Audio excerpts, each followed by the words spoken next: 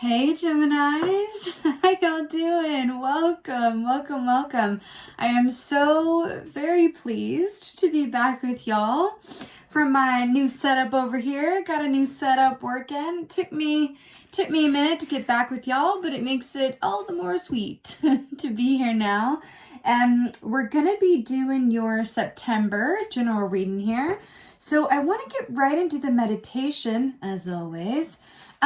This was really cool, the way that this came through. So I saw a giant octopus, okay? Go with me on this.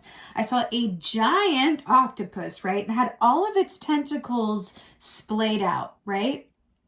And then I saw in each sort of space in between each tentacle, because remember, octopus energy medicine is very much about what you desire and then manifesting it. So it's associated with wish fulfillment and optionality, right? Kind of the shadow aspect of octopus is seeing so many options without being able to whittle down to the, few workable solutions, right? So I saw all of these different options, potentials, choices, paths, in each space between each tentacle, right? And I saw all of them lined up, so many options, so many choices, so many possibilities, right? And this was on land, by the way, a giant octopus splayed out on land was how y'all greeted me today, Gemini. Thank you very much. And then I saw the tide come in and I saw it wash over all the tentacles and then it rolled back out. And then there was only half the options, right? Like half had gone. It was like a natural seascape editing system. And then with the half that were left, waited, the tide came back in, took a few more away, and then there were like 3 or 4 good options left. And then at that point, the octopus didn't do anything.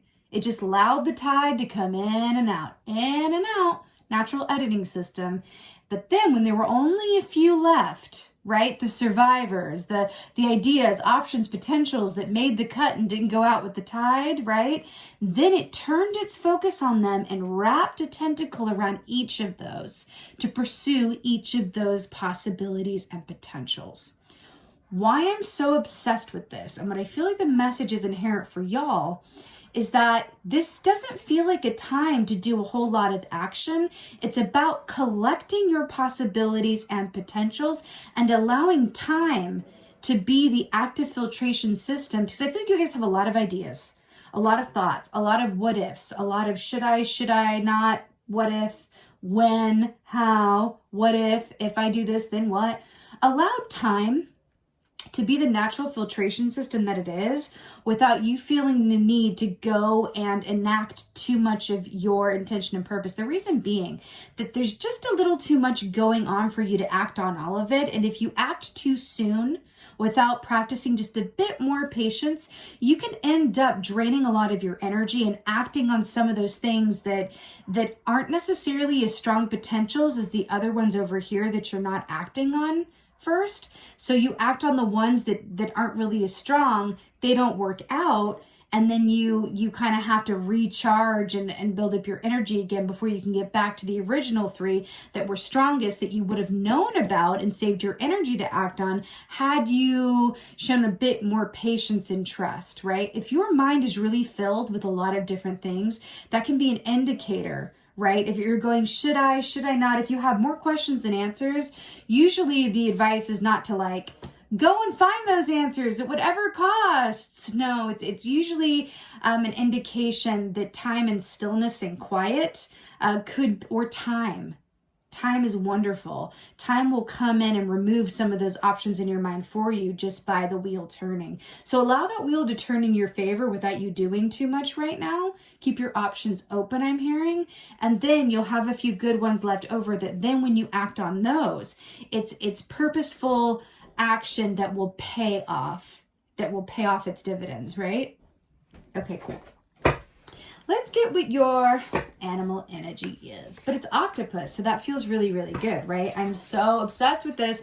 You got another water animal. You got the whale here, which is beautifully commenting on that meditation, because the whale, so this equates with the Queen of Cups energy, which is the most intuitive queen. She's the empath queen. She feels everything very deeply, right? But the whale is really brilliant because look at these barnacles on the whale, right? Those grow over time. This speaks to the ancient aspect of the whale, right? Whales are beautifully patient, slow moving, deliberate energy, right? If you think about the contrast between like a whale and let's say like a hummingbird, just flapping those wings and right? And then you have the whale who's just very slow and constant, not in a rush to get anywhere, right? That ancient energy. I feel like this is very much coming up as your advice and what's available to you and going at a slightly slower, more still pace,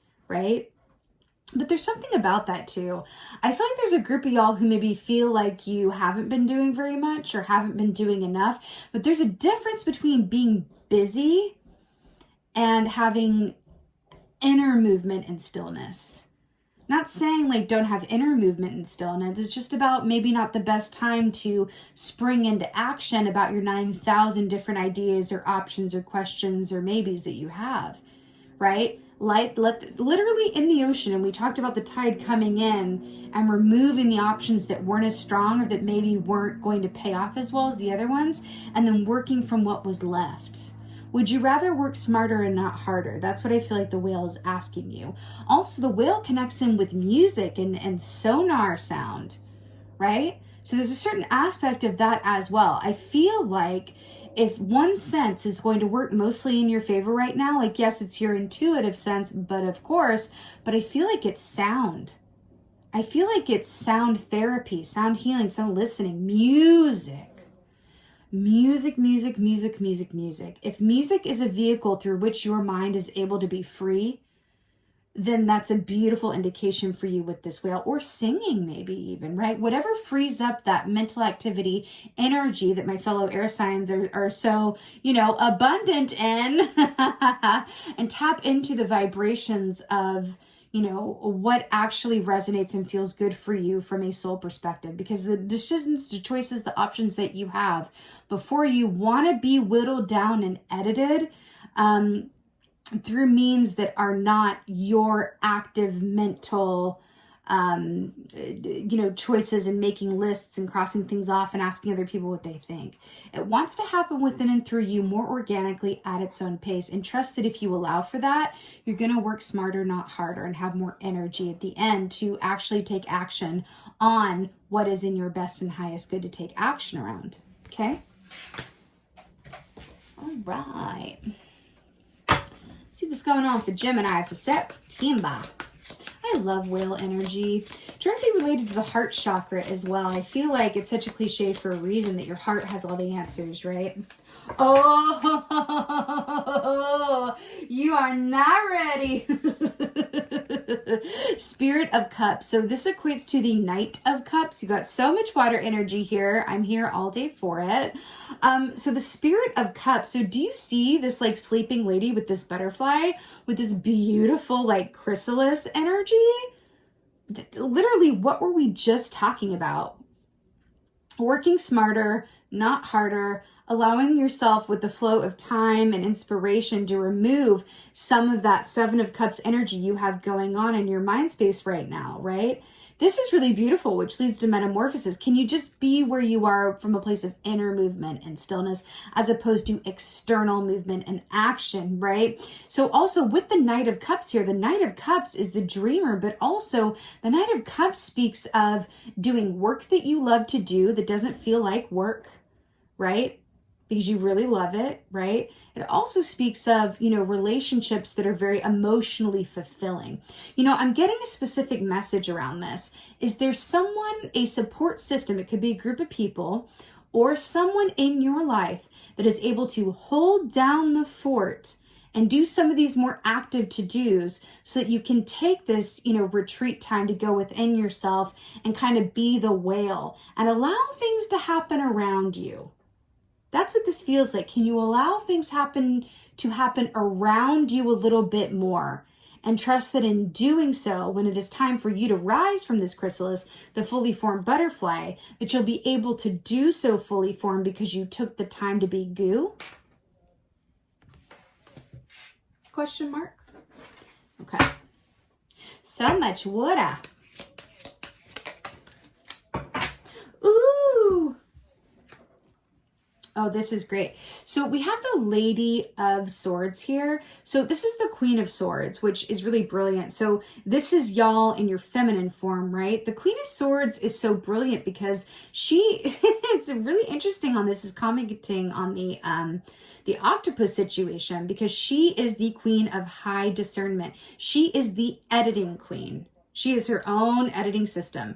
One of my favorite things about the Queen of Swords, she's not the most cuddly, you know, she's not the most cuddly type. She's not necessarily who you want to go to when you want, like, you know, a cuddle and a comfort and a hot meal, like, you know, maybe the Queen of Pentacles is, for example. But, you know, what she is really, really proficient at is telling you exactly what is and is not working.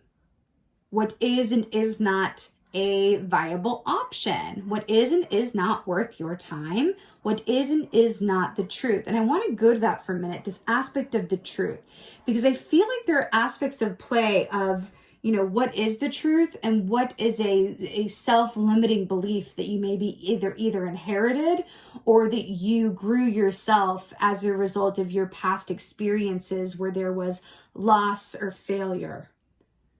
Okay, you're being asked to kind of allow yourself to embrace this aspect of discernment and be your own editing system through inner movement and stillness. Because there are things on the table, on your plate, that aren't as they appear or don't necessarily contribute. It's kind of, I don't know why this is coming through like this, but it's kind of like empty calories. Interestingly enough, that's coming to me like empty calories. Like it's the difference between like being starving and eating like some, you know, and this is not a PSA on how to eat, okay? It's not my zhuzh, but it's a difference between being starving and eating food that actually fills you up and makes you feel like you've eaten something, or eating just as much or more of, you know, empty calories where you're like, did I even eat anything? I'm like hungry again 30 minutes later, right? It's that difference. I feel like you are, figuratively speaking, ingesting a lot of empty calories, which I feel like is the equivalent of like empty thoughts, empty ideas, empty aspects of yourself that are not true, right? I feel like it's self-limiting thoughts too, that it's like empty calories. Can you be a Queen of Swords and edit some of that out so that you're left with what's actually real and helpful and pertinent? Okay.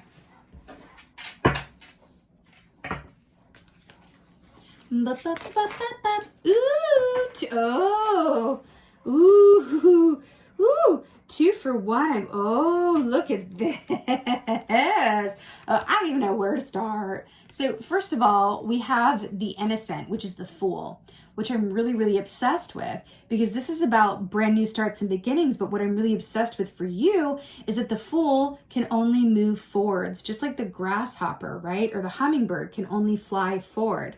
And I feel like that's a strong message for you. Is that there's no sidestep, there's no shuffle ball change, there's no electric slide to the side. It's only forward, right? And I want to kind of emphasize that to you a little bit in a Queen of Swords kind of style, because I feel like that really wants to be emphasized. If you do anything, whether that's thinking certain the thoughts that need to be recycled for better use, or going about things the way that you did before that led you to what you didn't want, if you keep doing things if you've always done them, you'll get what you've always got. But if you do things differently, you'll get different things. I know it sounds very like simplistic, but it's deceptively simplistic, because it's quite true and profound if you think about it. I'm feeling an energy around you that if you try to do anything like you've done it before that brought you what you didn't really want or wasn't the best for you, I feel like you could be in for a series of, how do I say this kindly, the universe has a way of self-correcting, When from a soul perspective, you're ready for new things, but you're clinging to old modes of belief or operating. This is what leads to tower moments. When we feel the call to go in a new direction or do things differently, right? But we resist out of fear of change, or we want to go to back what's comfortable, what we know, right? That's when tower moments happen. Okay? That's why I call the tower the great rearranger. You are not in that energy. I feel like this is a roadmap where you can actively make choices that might be scary, might be different, might be taking a risk or a gamble, that are actually going to pay off if you make those choices from a place of trust and discernment, and from not allowing yourself to come from fear or making choices as you have before that have gotten you where you don't really ideally want to be, right? Because you've got the Eight of Cups here, which is about moving on to, an emotional state of being that's actually fulfilling. This is the opposite of empty calories. That's what this is. You're being asked to move on from that mindset or ways of doing or expecting things of yourself and others that really haven't gotten you very far.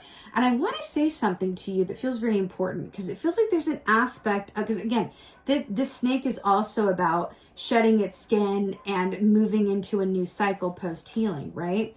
But there's a certain aspect here that I want to comment on, which I feel in the energy, you do have a support system, whether that's within yourself or around you.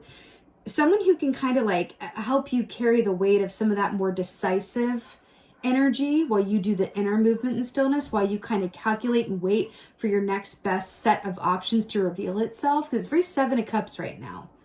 It's very Seven of Cups in the energy, right? It's not a time to move on stuff. You're going to end up wasting time, efforts, resources, and energy. Okay? But on the other hand, I feel like there are also aspects around you that are diluting the pool, that are unnecessarily draining you of your energy. You know, I have someone who has said to me, and I found to be very true, and I forget the source of it, but anyway, it tells me on a semi-consistent basis that you're only capable of making so many choices in a day. So if you can limit your choice making to the really important stuff, you'll get more traction out of that. Like, I think some of the, Steve Jobs and like some of the geniuses of our time or whatever have you, like just wear the same like outfit every day, like different ones, but like the same uniform outfit every day, because they want to save up their decision making for things that really matter. And I feel like that's really coming in here for you guys. Work smarter, not harder. Okay. Woo! Let's get some clarifiers here. Gemini. This Knight of Cups realness. Oh! Oh. I almost said, can we shift from a Seven of Cups to an Ace of Cups? And then we have Ace of Cups here. This is brilliant that this is clarifying the Knight of Cups here. So this is a lot about what I was saying as well. Remember when I said allow the tide to wash in and remove what isn't the best thing, and then what's remaining is the answer, right? Ace of Cups is about large intuitive insights. It's about inspiration, motivation, but also love. And remember how I was sensing like people around you that can help you carry this load a little bit, or help support you during this time, to where maybe you feel like you don't have to be the one to do as much or everything or what you usually do. Just saying, hey, can you help me pick up the slack around this, or whatever form that takes. It could be just with you as well, relieving yourself of any your normal responsibilities that maybe aren't conducive to your energy at this point in time, right? But Ace of Cups, this is love, it's abundance, it's intuitive insights, and again, the fact that it's commenting on this Knight of Cups and also this like stillness, it's about allowing it to come to you through inspiration without you needing to go and seek it. And let me let you in a little something. The time to go and seek it and take action, take divinely inspired action, is coming. Enjoy this time before, when there's not as much to do. It can be difficult, quote, not doing anything, but trust me, enjoy this time while you have it. The number of times in my life where I wish I could have gone back and been like, oh my God, I was so impatient. I felt like I wasn't doing anything. And the times I could go back and just go like, wow, enjoy the downtime. That is for real. Wow, this is just the Cups reading. Clarify the Queen of Swords is the King of Cups. Now, I'm really obsessed with this because this is depicted as the beaver, right? So the beaver is about equal amounts of work and play. The beaver can relax and relaxes better than any other animal medicine because it works just as hard, right? You know, I feel like there's an aspect here for you. There's an aspect of like only really being able to truly relax if you feel like you've done the work that you wanted to do for the day. And then you have the Queen of Swords coming in here to say, can we reframe your expectations about what a successful day looks like? Can you let go of an old paradigm? Like I feel like it's like the equivalent of like you used to work at like some, I'm seeing someone who like worked in like a corporate job or something.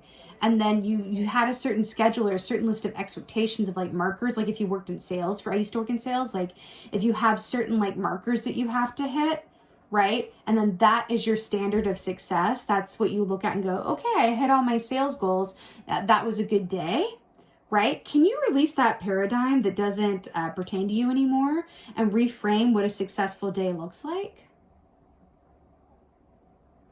Because on the other side is that emotional balance and access to divinely inspired action that is going to allow you to work smarter, not harder, right?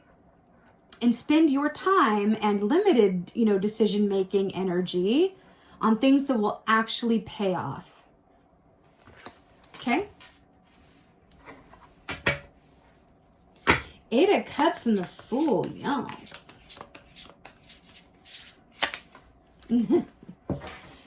Clarify by the Nine of Swords. All right.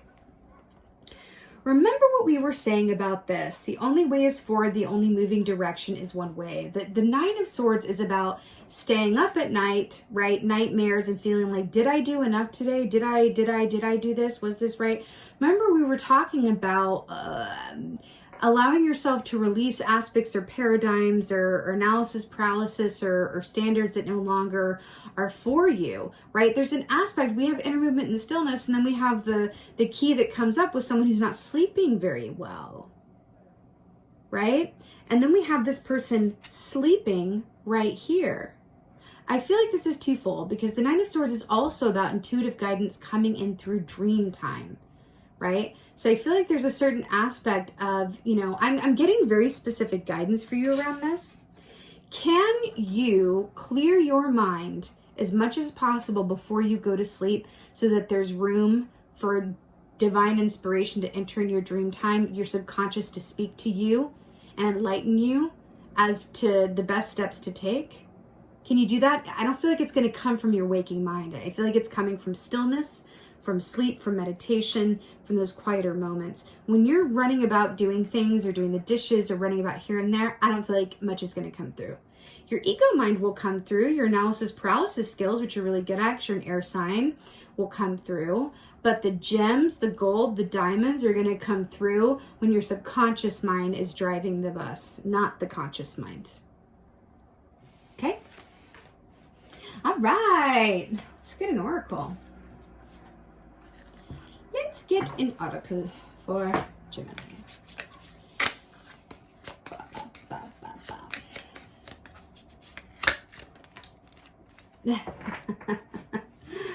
Wow.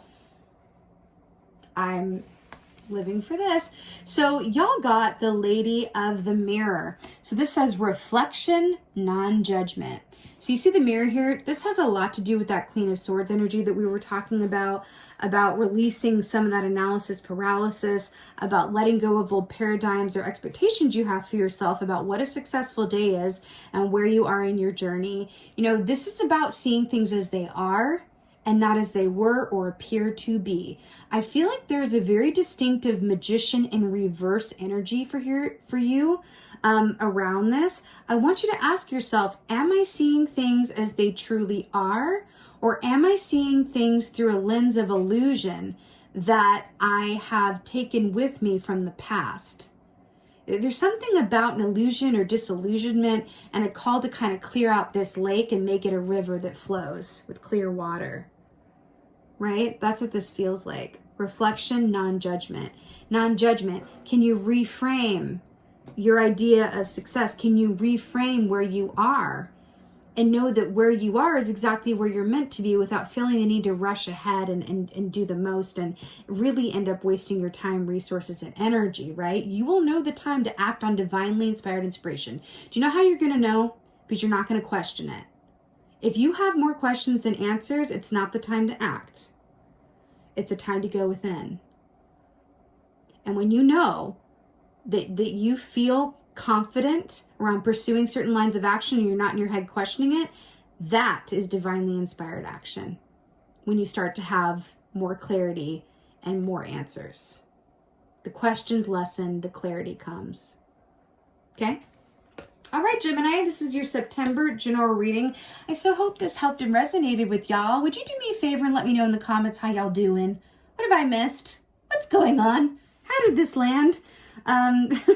Also, thank you guys so much for your kind messages and emails and notes and carrier pigeon letters during my hiatus here. I really appreciate every single one of y'all.